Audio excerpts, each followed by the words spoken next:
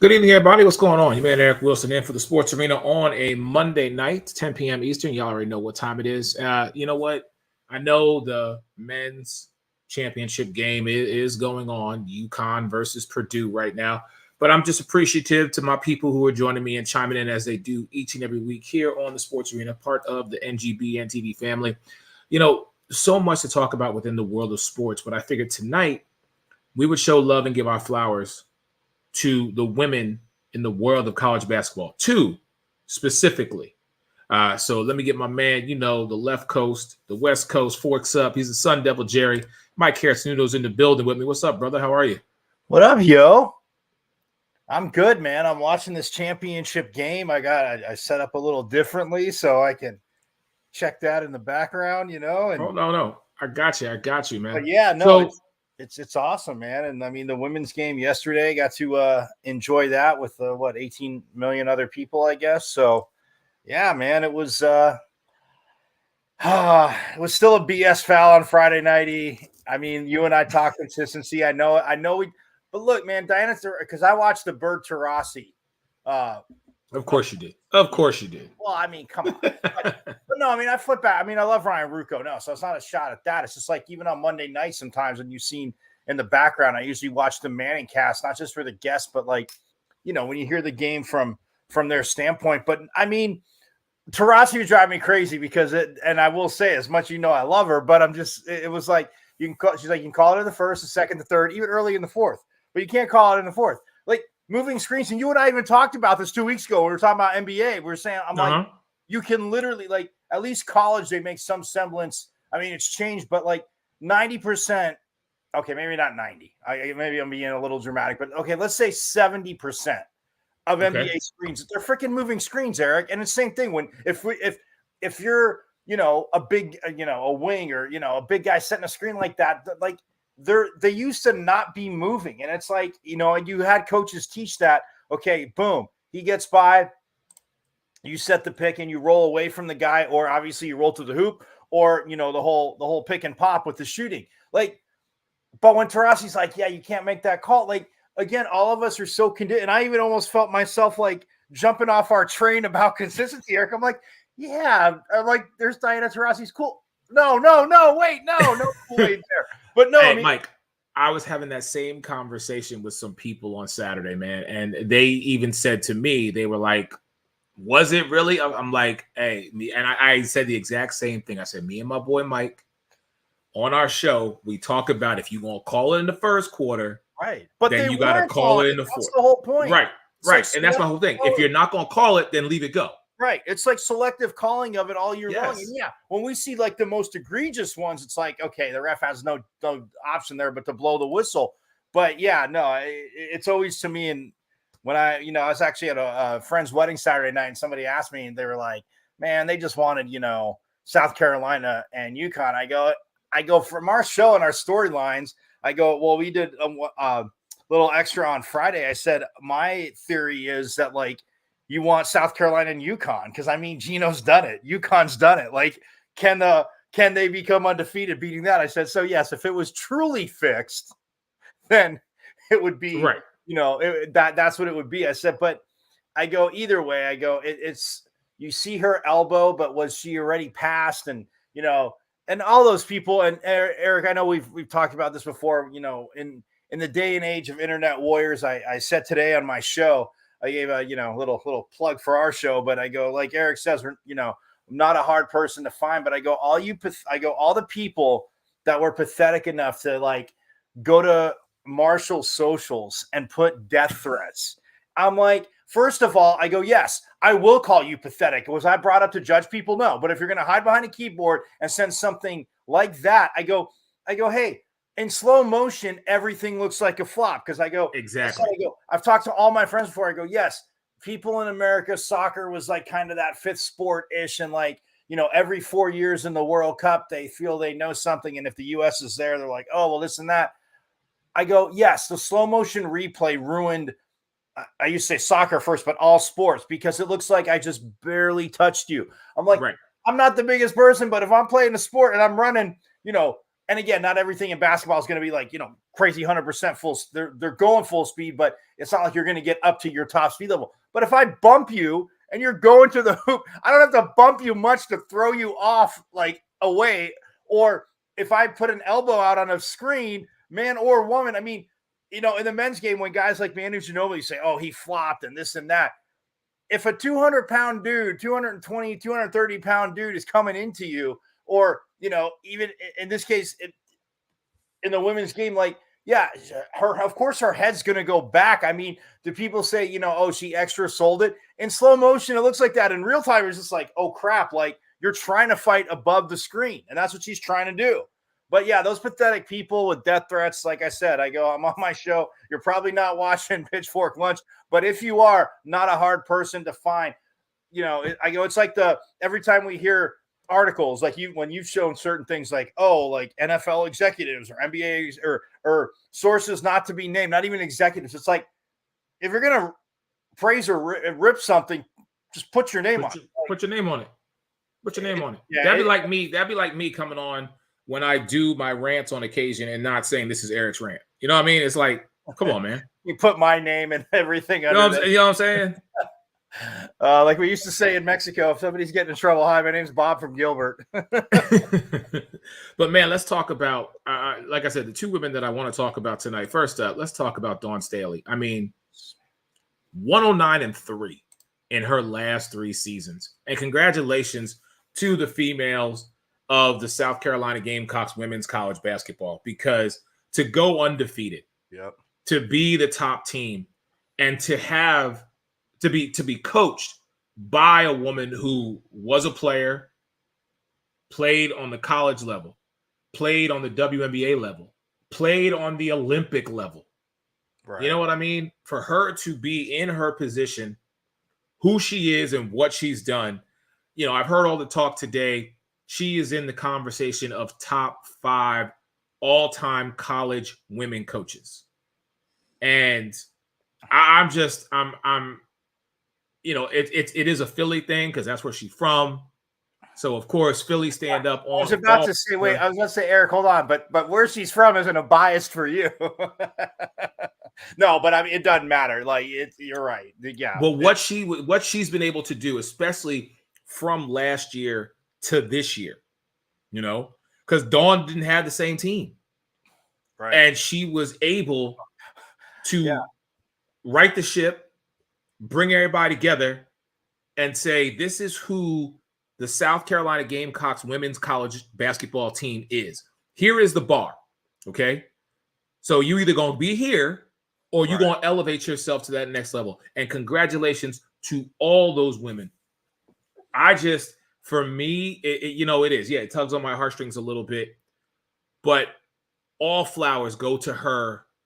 And to see her just be as authentically emotional as she was, because we know Dawn is never one to really shed tears, but to stand there in the middle of the court celebrating and just take a moment to really embrace everything that is happening to her in that moment, not let the moment get to be too much for her, but show that, you know what, we can say what we want about Dawn Staley, but at the end of the day, she is a human being, and she has absorbed all of that for her, for the team, for the organization, for the college.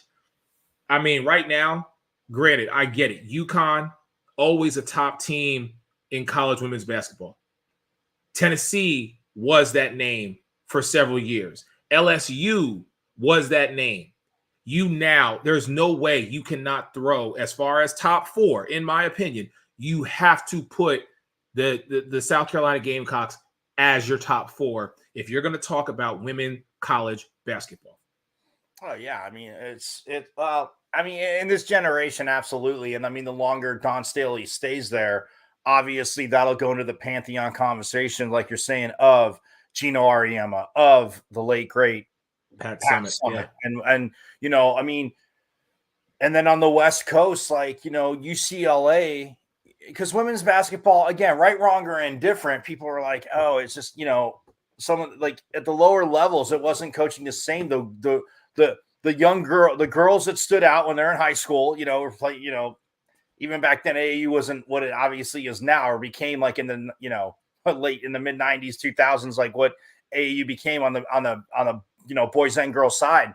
But like, UCLA, and then Tara Vonderveer got to Stanford, and it was like, and again, and Ray says this all the time too, and one of my friends, Scott, even though he's a Chiefs fan, they'll talk about Tom Brady. Longevity doesn't, just because you played for the longest, doesn't make you, the greatest. I mean, if you compare, like I sent you that picture, quick analogy for our fans. When I sent you that picture that I saw, remember, of Stockton? Well, no. It was another one. Okay, sorry. No, we'll get to that in a minute. But no, Stockton and LeBron James, like they compared their first 15 seasons, remember? And it was like, granted, Stockton didn't win a title, but you look at games played, Stockton had more assists. Stockton had more times they played 82 games. Stockton had way more. And it's like, you're looking at numbers and it's like, man, when you talk about John Stockton, he played next to Karl Malone, but they weren't, forming teams, like they are. And again, it changes. That's fine. Again, don't be the curmudgeon on that one. But just because you play for 20 years, I mean, Kobe and Dirk, 20 years with one team. And it's like, damn, and I mean, well, you go across the baseball, Derek Jeter. But my point is the length you have in that, like at some point, yes, just because you do it for that long doesn't make you the greatest if you keep doing it. And look, from a basketball standpoint, as long as you've known me, I'm like, yeah, okay, like the LeBron hype coming in, okay, but I respect the talent, but if I'm looking at it, and it's not even saying, okay, how are you going to play? What rules are you playing with physical game? I look at MJ. I look at even those Knicks teams with Patrick Ewing that I know you loved, obviously, but those Knicks teams, Reggie Miller came in with that attitude. You were like, oh, a West Coast guy, how can he be tough? Reggie Miller came in with the attitude of like, I mean, he said, Michael Jordan lit him up his rookie year because that was one of the best stories in, The Last Dance is, it's like, you're MJ, you're so great, this and that. And Reggie Miller scored 2 more points the rest of the game, and Jordan finished with, I think he said 38 or 40.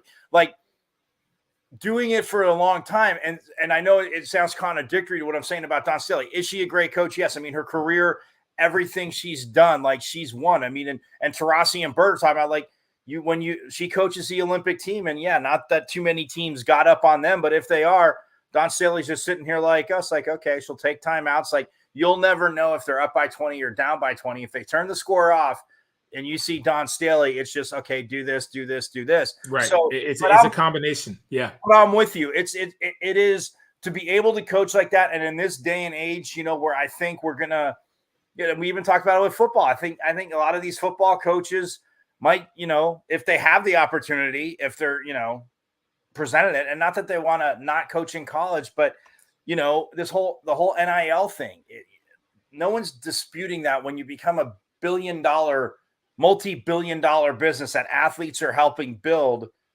they shouldn't be a part of it. But if Dawn Staley, you stay at South Carolina, and even if she moves on, but I'm saying just staying in college and coaching, she has, unless Temple's in Philly, Villanova's in Temple's there, Nova's there. Right. So, I mean, unless she has, an inkling to, go back to Philly, I don't think they're ever, basically she'll have a lifetime contract at South Carolina. So let me ask you. I'm with you because she's done a phenomenal job, like you said. I mean, it's. Let me ask you this question, Mike. Let me throw this one at you. We know that an expansion team is coming to the W, and we know that there are several that are potentially in the running. Let's say, for my own benefit and for the sake of this conversation, let's say that Philadelphia does get a WNBA team. Oh, wow. Do you think that would be kind of maybe the tipping point for Dawn to transcend from the college world to the W? Because then, think about it like this.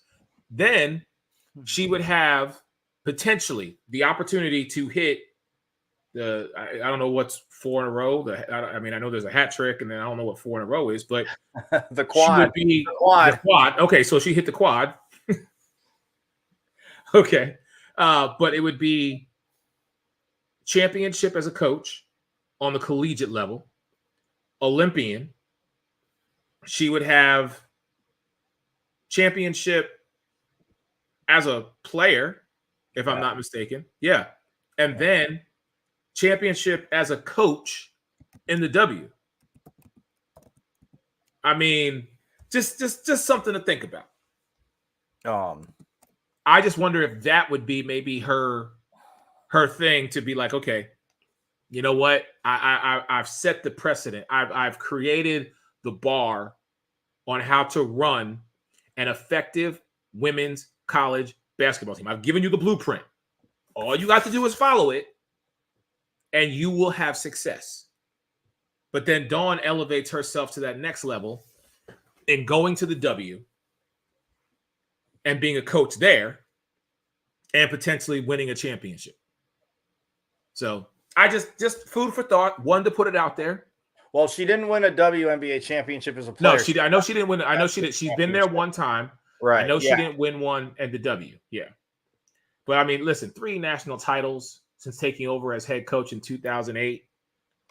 I mean, just some of the names, 2 names that stick out with regard to Dawn Staley are Asia Wilson and Aaliyah Boston. Right. Both who are, the present and the future with regards to the WNBA.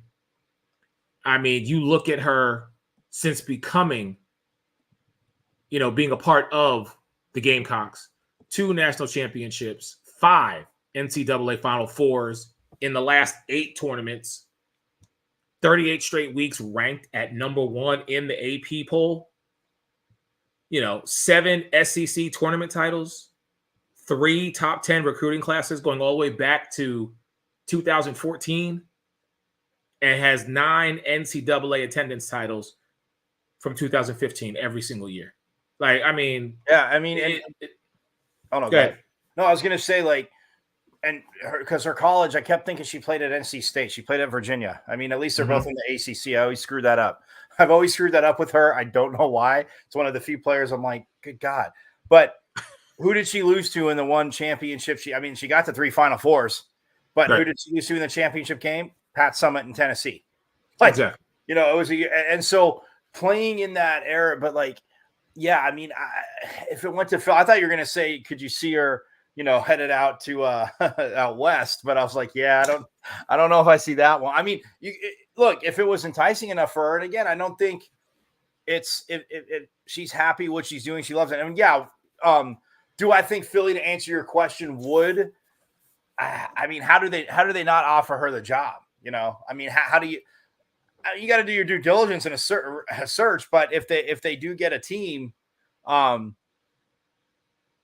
gosh, it'd probably be listen, like back I said, the truck up and give Dawn what she wants. Probably about the only team in Philly I'd really care for to win, because outside my middle of the road with the Sixers, as you know, because I've always that's fine. That's perfectly fine, Mike. Yeah. Just the fact that you would be cheering for a Philly team, I would if whatever, as long as they didn't name them like the Eagles, the Eagles squared or something. Then I'll wear a shirt. I'd wear whatever you bought me and sent me. I would wear it. I would wear it. I listen. I've got a couple names already in mind. I'm not sharing them because I want to know, but I have a couple names in mind. But yeah, when you lose a whole first round, when you lose pretty much 4 of your starting 5 from last year, and you have a freshman that comes in and that is just you have a freshman that comes in and is just meshes with the team and lights out. And yeah, you have ups and downs, I mean, literally UConn and South Carolina, like people say, oh, well, I mean, the height down low for UConn might get them, but man, like just the back and forth of what these teams have done on both sides. But for Dawn Staley, like you lose 4 and then you fall to Iowa last year, and then you see your conference mates in LSU who you kind of controlled last year. I mean, they were good games, but you never really felt that like South Carolina. I think because LSU, I think they almost had them in the second game last year. It was close, but it's one of those things where like they said, the revenge tour, and man, like what Cardoso did, like she doesn't have to score a lot. She gets rebounds. Like and the whole team, like the way they play, and the fact, Eric, finally, and I know I've said this to you and everybody a million times, the fact that like a coach yes, you recruit these players, but you develop it. And it's not like these players off the bench were just playing when they were up by 15 or 18 or more during the regular season. Like she legitimately went 9 deep, played 10. Like you develop, I mean, that's the whole point. And yes, I get it. You only have, 12 scholarships, but if people see like, oh, I can go there and she develops a bench, like, oh, wow, cool. I could, hey, I want to start. It's my goal to start. I'm competitive, but I can grow into it. And I mean, it's just it's a beautiful brand of basketball. They could shoot. They shot the three better this year was the whole conversation coming into the tournament because again, one of the few teams outside of the Pac-12 that I watched this year was obviously South Carolina. So wasn't too early for you? You had time. What you weren't up like at the crack of dawn watching this game. Oh no, I mean because a lot of times of course they're on like ESPN2 or ESPNU. And it's one of those things where I'm just like, oh, okay, they're, okay, they're 10-0, first 10 games. All right. They're 15-0. Oh, wow. And then it's like, wow, they got to 20 and haven't lost yet. Then I'm like, okay, that's when I want to hear like undefeated talk start because, at 10, 15, it's like, come on, but you get to 20 first and you're like, then it's becoming one of those things like, okay, is tonight the night? Right. Is tonight the night they might lose? Yeah. So we're at halftime of the men's game. Yes. And UConn is up by 6. Yep. I know you've been kind of floating back and forth between the sports arena and that. Anything that you've seen on either side of the ball that, second half adjustments, if you will? Yeah. I mean, to me, it's one of those things where it's almost like, it's almost like the definition of insanity is okay here, like doing the same thing over and over again, expecting a different result. But like, to your point, yeah, adjustments, little tweaks. I mean, I think obviously, Zach Edey's played well. And literally he's got 16 right now. I mean, he's rocking it. But UConn, they've had the answers to every jigsaw puzzle all year. I mean, the 18 games that they've won this year, and I saw this earlier on College Game Day, but 18 games of 20+ point victories is like the most in program history or tied for the most in program history. Like, and again, Danny Hurley lost, quite a few guys too off that team last year. You added a guy from, Southern Illinois, the guard, I think he was from Southern Illinois in the transfer portal, but you add one or two, you have, a core-ish back. And I mean, look, because the first half of the season, when we talked about it, even when I talk about it on my show, like every other week there was a new number one. Like Purdue was number one for a while. That team down south here was number one for a while, rightfully so. How happy are you that they're not playing tonight, Mike? Real talk. Like, how happy are you they're not playing? I mean, look, happy. Well, rivalry-wise, happy. In two of my brackets wise, not because I actually had them winning. We're past the bracket now. They don't messed up. But well, yeah, no, that's what I'm saying. Of course. I mean, do I want them to win a title? No, not till ASU at least wins. Hey, if ASU wins one soon before Arizona can win another one, they'll have the same amount of them. So then when all those wonderful people down south, like basketball, they act like they're freaking UCLA, which drives me nuts. I know. Oh, yeah, that's the only thing that drives you nuts about that team down there. Well, that's the only thing. Touche. Fair enough. No, but their fans do that. Fair enough. No, but and Tommy Lloyd and we talk about getting back here, and I mean UConn doing it. Obviously, South Carolina getting back to the Final Four in a championship. I mean, obviously Iowa did that as well. 2 years in a row for Iowa, and it's like, yeah, the story, of course, is going to be about who won. But yes, Caitlin Clark. I mean, look, her supporting cast was good, and she had a big first quarter and they got a lead and then they stayed with it. But just inevitably, that's what we talked about all tournament long with South Carolina just has too much. I fast forward that to your question about, UConn and Purdue. I mean, Matt Painter's, look, he's an alum there, which to me, that's always a great story. If you can go back and, not just coach your school that you went to and played for, but get to a Final Four. I mean, last year, look, they're trying to do what Virginia did. They're trying to be the second team. You get bounced by a 16 seed, and then you come back and you're a number one seed again, which they earned as much as I would say to you all year, even before the selection, like everybody, like, yeah, I'm not trusting any Big Ten teams. Like, okay. They always say, oh, the Big Ten's the best. And then by the first weekend, there's like, 8 teams went and there's like 1 or 2 teams left. It's like, okay. Can we Mike, when you say Big Ten, you kind of hurt. I'm in my feelings a little bit. Well, okay. Well, look, I get it. But I'm just saying in basketball. And look, and I'm not. No, I'm just playing. I trust me. This is bad. Listen, I recognize the dysfunctionality that exists with men's basketball in the Big Ten. Okay, you ain't got to talk to me about it. Trust me. If anybody knows it, it's me. All right. Like that time, let's just focus on football.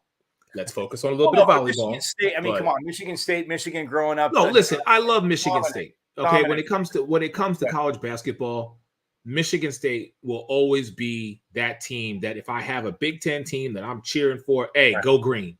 Right. So I get it.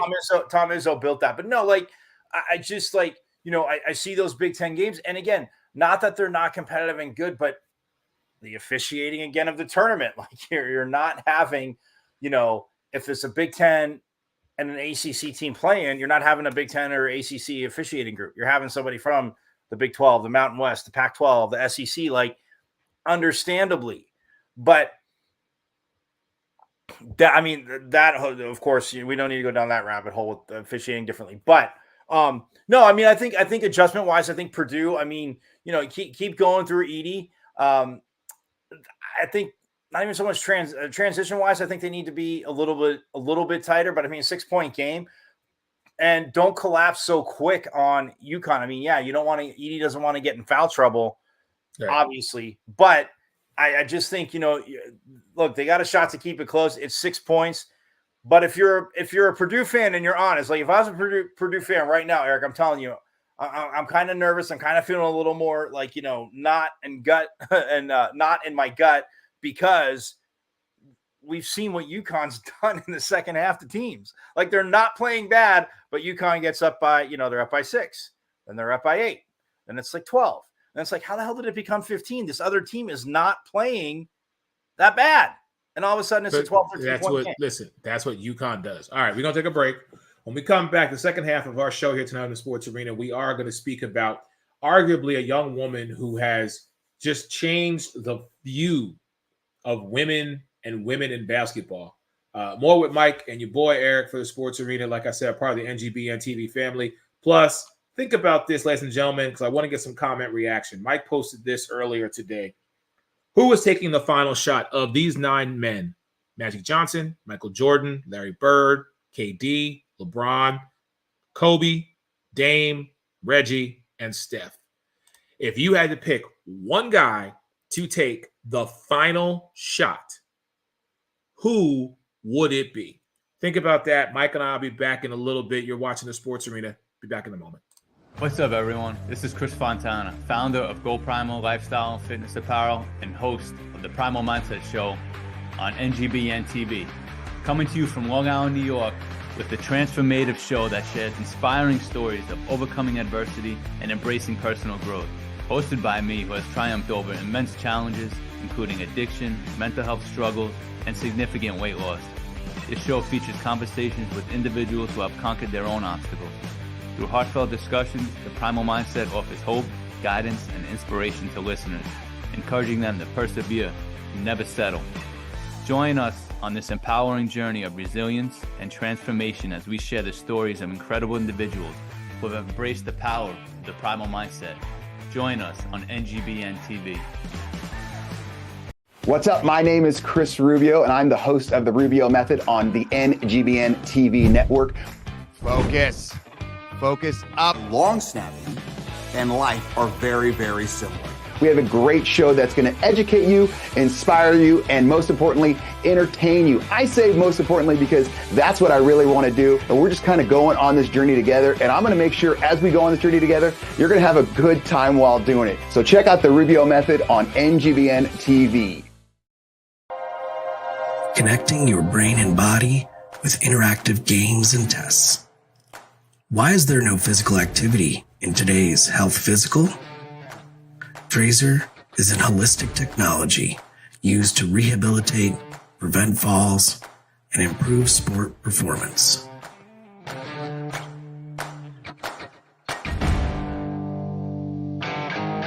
Tracer reports provide you, your clinician, your physical therapist, or athletic trainer objective data to make decisions on your health and performance over time. Measure what matters to change your game. Take the Tracer Challenge. Confidence, growth, connected by Tracer.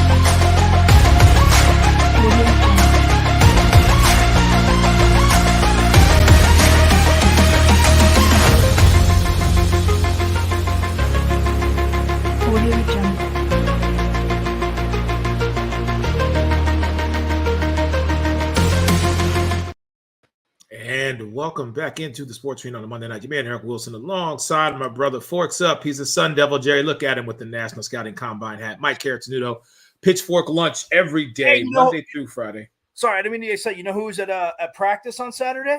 Spring practice for ASU. Who? You know, a guy that just played in the Super Bowl was an awesome Sun Devil, Mr. Brandon Ayuk, our boy. I was talking to Eno Benjamin, who was there too. I get to go over and say, "Hey, man," I go. Because I didn't get to say it to him when I was in Vegas. I was interviewing, questions. I want to be like, hey, I was going to be like, me and my boy Eric been telling everyone, because throwing Ayuk in the conversation because, Ray's like, I mean, Ayuk really? And I was like, perfect Kyle Shanahan receiver. I called it. Hey, I'll break my elbow, pat my back, Eric, because I called it that draft. They didn't take him. They traded out of that spot, but they still took him 10 spots later. He still fell to them. And next to Debo and Kittle, and I mean, that run game, but yeah, Brandon Ayuk was there, so I talked to Eno and I said what up to Brandon real quick. I wanted to talk to him, but yeah, they were getting going after practice. But yeah, I saw our guy. So Mike, how did you not get Eno and or Brandon to come on the show, man? Well, hold on. I got Eno and I, swap contact stuff. So all right, just for lunch. So I'll work him into it. All right, listen, I'm available. Let's make this happen. I know. Okay? I'm with somebody, and you could have, brought me on for the interview. But hey, don't worry about it. Sports Arena people, we're not going to talk about that. But it was an awesome interview anyway. I told you, I'm your best wingman. I got you, fam. Hey, I think we need to start because I can still throw it around a little bit, and you do things underneath us, march the ball down the field. We need to play a little flag football, buddy. I mean, listen, I think we could. Real talk. I think we could. Real talk.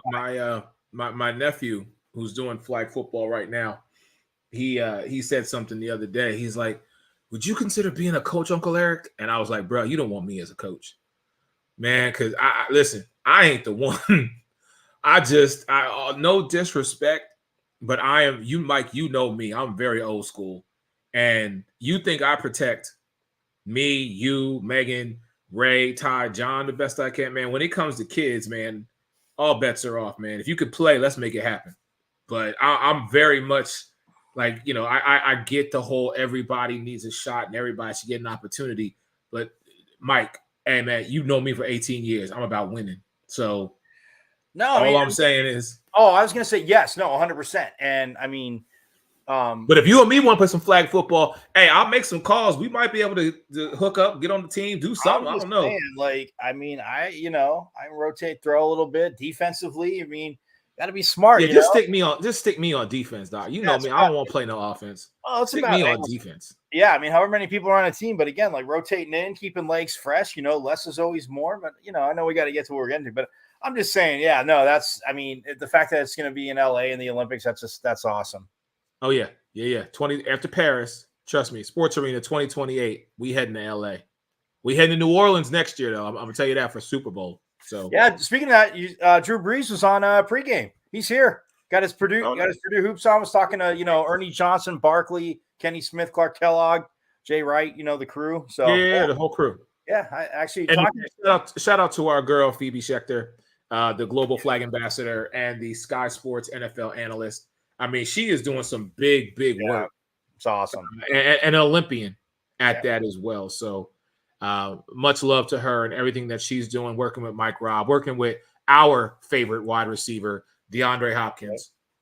So yeah, huge flowers to her.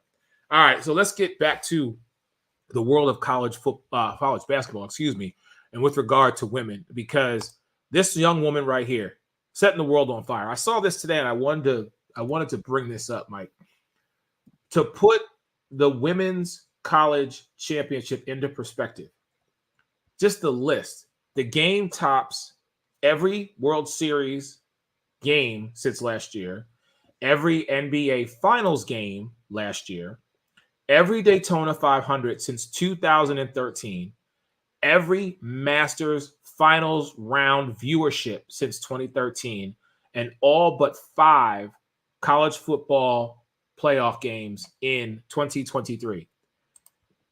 That just, can we marinate on that for a moment? The fact that game, whether you take Iowa versus LSU or you take Iowa versus South Carolina, the viewership ratings are surpassing major sporting events that we have talked about for years because of what these women are doing.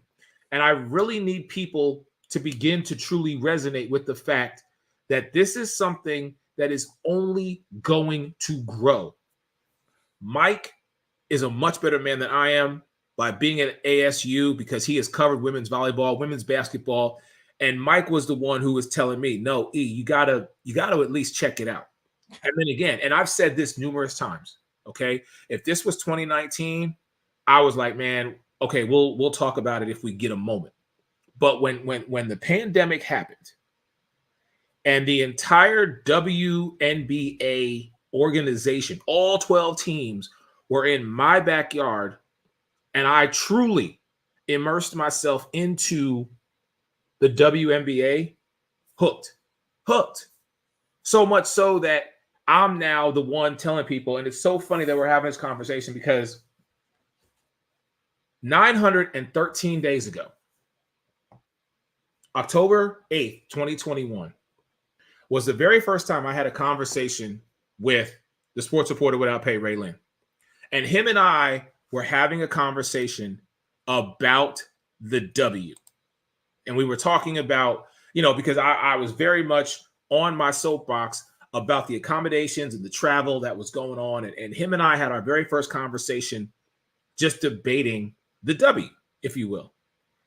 You fast forward now, and we'll just take that little microcosm.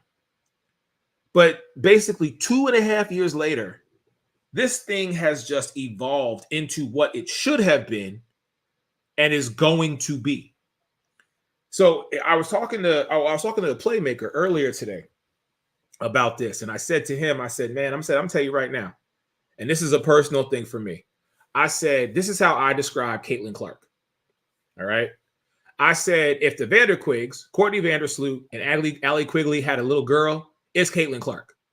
Number one, because of her vision, and number two, because of her three-point shooting. Like when I see what she does, and granted, she is already, before she's even taken 1 foot on a WNBA court, she has put herself already in a conversation that has just springboarded into so many different directions. Now, you and I, Mike, will always say, and I have jumped on your soapbox, I have drunk the Kool-Aid. Very rarely will I say greatest of all time. I will say greatest of a generation, greatest of an era. I will say that, but I will not say greatest of all time a lot. Okay? There are certain people who I will say are the greatest of all time. Like if you ask me, who is the greatest center of all time? It's Jason Kelce. Yes, I'm biased, but that's just me. That's me. Okay? I'm just saying. Plus, hey, I acknowledge him because he was at WrestleMania this past weekend, and that's a whole nother story for another time. That's what I was waiting for. I thought it wasn't going to be because I'm biased. I thought it was like, once you go to WrestleMania, that's it. That's it. The legend is a mic drop. Yes. But for Caitlin Clark, what she has done, because now she is transitioning to the WNBA, ultimately will be the first pick 1 week from today in New York at the WNBA draft. Her, Katie Lou Samuelson, Aaliyah Boston, Indiana. Like, I know the media communications manager in Indiana for the Fever. I'm sure his phone is continually blowing up because everybody wants to ride the coattail of this. And as far as I see it, and let me just be very transparent when I say this, Mike, as far as I see it, anybody who just came on board from May of 2020 till now, y'all got to get behind me and Mike and Megan and John and Ty and Ray and you got to get behind us, okay? I don't really, talk about preferences, but no. Y'all just now trying to be on the come up. That's not going to happen. But for Caitlin Clark, what she is doing, what all of the women, Angel Reese, Cameron Brink, what all these young women, this class is going to be a class, arguably led by Caitlin, that is going to really bring the W to a level that it should have been at years ago. Right. And I always respect what Dawn and Rebecca and Sylvia and Leslie and Teresa and Cynthia and the list goes on, and the Candaces of the world, and the list goes on and on and on, of all the women who have paved the way for this young woman. But make no mistake about it. Like, we have to recognize that she is ultimately, and it kind of pains, that really pains me to say it, but it's a fact of reality. The attention that the W is going to receive is going to be because of her. Like, already I saw on social media, what is it, like June 30th? Phoenix versus Indiana? Yeah, I think it's around that time. So and I was like, oh, we already doing that. I was like, okay, all right, everybody marking their calendars already for what is going to be the matchup that people want to see. Well, look, I mean, look, it's true. And like I said, I've gotten some messages like, man, you're hating on Caitlin Clark. I'm like, I'm not hating. I'm like, yes, her shot will transfer. Like, she's going to get open. She's going to have looks. She's going to be exciting. I said, but I go, there's always the other side to it. I go, Sabrina Ionescu unfortunately got banged up her first year, and she was just starting to kind of get into that rhythm. And I mean, even Kelsey Plum before her, like this, and people say, oh, of course, going after the Pac-12 kids. I'm like, okay, not my fault where they played. Also not my fault that they were the best shooters in the country, in the top 5 in every shooting category. So once again, I'm talking about people that are really good. But no, it's but yeah, for Caitlin Clark, look, and we talked about this. I just said, like, defensively, but yeah, and everything Don Staley said, giving her the shout out, because look, I will say Caitlin Clark and the injury, the injuries have had a little bit to play with it, but we see how talented she is, and she's coming back. I mean, Paige Beckers was being talked about that as a freshman. Gino said it. I mean, she won every award as a freshman, and rightfully so. Like, if you watched her freshman year, it was like, holy crap! Like, you're coming into UConn. Okay, you already have a target on your back, and yeah, but you're the top player, top 3, top 5 in the in the recruiting class, and you come to UConn. And then you perform like that, and you're tearing like certain things up by the middle of the season. It's like, holy crap. So her freshman year, it's like, wow. And then, gets banged up, and then signs $1 million, NIL comes and signs $1 million NIL deal. But what Caitlin Clark has done and how Don Staley, it's true. I mean, Paige Buchers, it was as a freshman. Yeah. Look, Tone, that's a good one. That's a good one right there. I do like this one, though. This is solid, too. I mean, it's true. I mean, and she became, and look, she's had, and they talked about it, like, yeah, I mean, she scored out the roof. There's times that she's had, they're like, oh, well, she scored, 8 points or 9 points or, 7 points in this one half, whatever it was. And then like she'll blow up for like 25, 30, 35. It's like, you have teammates, you have a very good coach. You went on from there. Like, and now she's going to go play, like you said, next to, the girl who was obviously in the house yesterday, who, I mean, many thought like with the Leah Boss and the way she played last year. And I mean, even like as much as Cardoso grew this year, I mean, she was still really talented. It's like, how did South Carolina like lose last year? Like, again, to me, and I said it last year, I think on the show, and I said it to Megan, I go, sorry, like, yes, you won. And I go, sometimes the best team doesn't always win. I'm not taking anything away from Iowa. But I said that was the luckiest victory in women's NCAA tournament history to me in the last like 10 years, because there's no way South Carolina, when you saw, and it wasn't just a Leah Boss, again, the team that Don Staley had built, like, and the one thing that got them is they were not even average. They were below average from the 3-point line, but it's like they can still work the ball down low and almost get whatever they want. I mean, we saw it, but what Caitlin Clark became, I mean, because look, Paige Beckers, you think if she doesn't get hurt, people are rightfully so still talking about her. And, I mean, but you have these young players like a Juju Watkins, like a Hannah Hidalgo, who just are absolutely insane. I mean, Juju Watkins breaks the freshman scoring record, and you're like, wait, what? Like Paige didn't do that? And not that Caitlin didn't play as a freshman. She wasn't, I know she wasn't starting. She was playing, yes, but like, Juju Watkins comes in, and like I said, when you see it on TV, you're like, okay, yeah, like she's good. But Eric, seeing it in person in Tempe, it's like for a freshman, it's just different. It's just different. And come to them and ditch the ball, but knowing that, like, oh, I'm going to look for my shot. I'm going to drive. If it's a bad angle or if it's a bad shot, like I know my teammates are there. And USC's a team that, again, next year, since they're going to the Big Ten, no disrespect to Big Ten women's basketball, but yeah, Juju's going to kill that conference. Juju's going to kill that. Listen, Mike, it'll be one of the only reasons I watch Big Ten basketball. Let's keep it a buck, brother. Let's keep it a buck, okay? Oh, that's funny. That'll be the reason I watch Big Ten basketball, because of Juju. But everything Caitlin did, to answer your question, like, got off tangent. I know, weird for me, right? But everything Caitlin did, like, to break the scoring records, and I get it, and like you say, like, greatest of a generation, but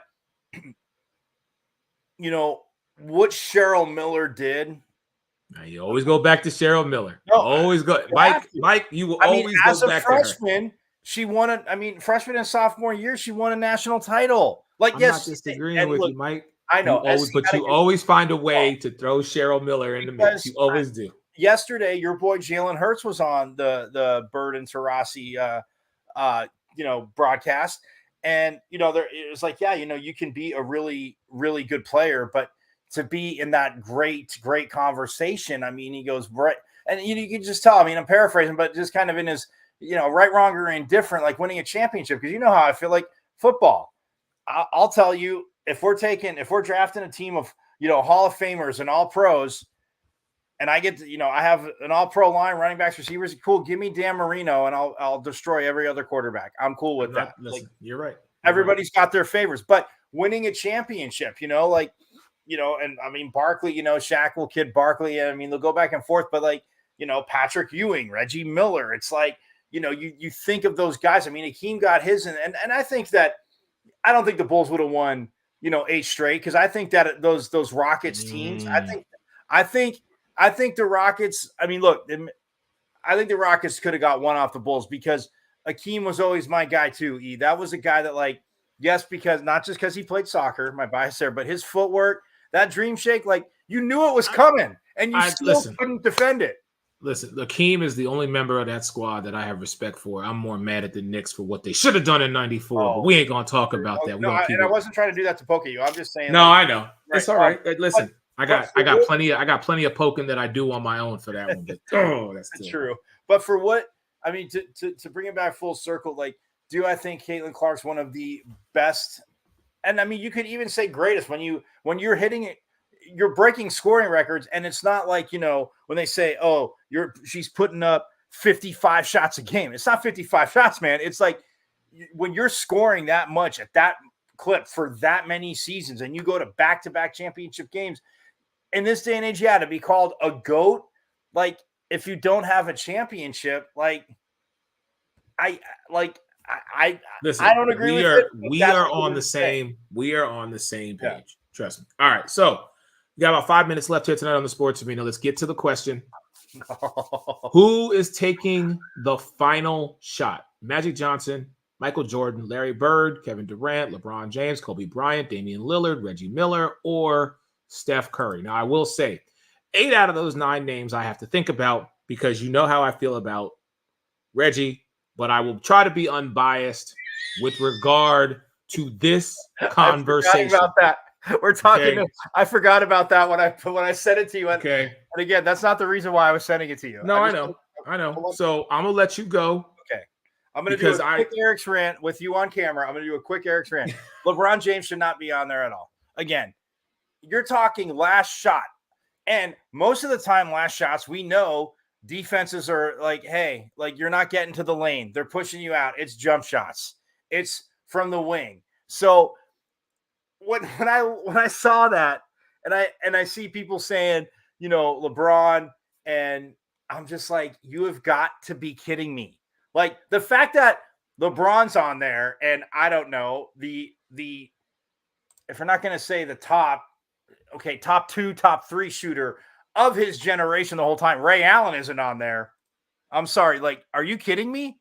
Like, if you know basketball, and I'm not saying I'm like, you know, crazy, like, oh, it's not about every single stat, but if you see shooters, Ray Allen or LeBron James, and if anybody to me says with a straight face LeBron James, I'm just gonna play the clip where Chris Bosh could have thrown the ball back to LeBron, and who did he throw it to when he got LeBron's brick? Oh, here you go, Ray, because I know you'll make it. And thank God Megan's not here because you think I'm, you know, poking at her because I know that's a wound for San Antonio fans. But that being said, like, it's to me, like, you see Larry Bird, okay, then you see MJ, okay. I mean, like, Magic Johnson to me would be like second or third to last on that list, and that's crazy. But LeBron does not have to be there. Yeah, I mean, give me like, yeah, Kobe too, man. I got to see him live, you know, in Phoenix quite a few times on TV, you know, enough. But in Phoenix, I mean, I saw him like break hearts a million times, man. Like, it was crazy. But I just laugh because, yes, he did become a better shooter. But like one of the comments I got, Eric was saying like, you know, oh, because they'll make the right play. And I said, I totally get what you're saying, but it's not the right play to pass. It's the last shot. Like, LeBron's not like, you dribble and you get it to Ray Allen, or you get it to Damian Lillard, or you get it to Steph Curry. Who is the guy, Mike? We got about 2 minutes left, and I still got to get my pick. I know. Who is the guy? Well, I'm going with like, it's just an inkling, but I'm going with Bird, man. Bird didn't miss, dog. Okay. And I know you're not going with Reggie Miller. I'm not going with Reggie Miller, but I'm going to tell you right now, I'm going, and then maybe it's because of who we are and how close we have been over the last 18 years. Sometimes, Mike, when you go left, you know I'm going to go right, and I don't do it really out of spite. I do it just because that's just who we are. I'm going with Magic. Wow. I'm going with Magic Johnson. If the game is on the line, and I love Jordan, y'all know that. Right, but I have a newfound, I've always had respect for him, but I didn't like him, especially in the 90s. Oh, I know. But if there is one guy who has the skill and the will to find that opening, because see, with Bird, you knew you had to guard the perimeter. You knew that. Yeah, but Magic, he told you where he was going, and he hit the shot. I know. You're absolutely right. But let me end you with this. Ladies and gentlemen, thank you for joining us here on the Sports Arena. If I knew Magic with his ability to be able to just do one of them and break some ankles, hey, I gotta go with Magic Johnson. Ladies and gentlemen, that's gonna do it for us here tonight on the Sports Arena. Much love to everybody. Next Monday night, it is the WNBA draft. We are going to have real-time reaction on that. We are going to be talking about who they take. Hopefully, we might be able to get some interviews for you. But for Mike Carrot-Sanudo, your man Eric Wilson, have a great night. Everybody stay blessed. Peace.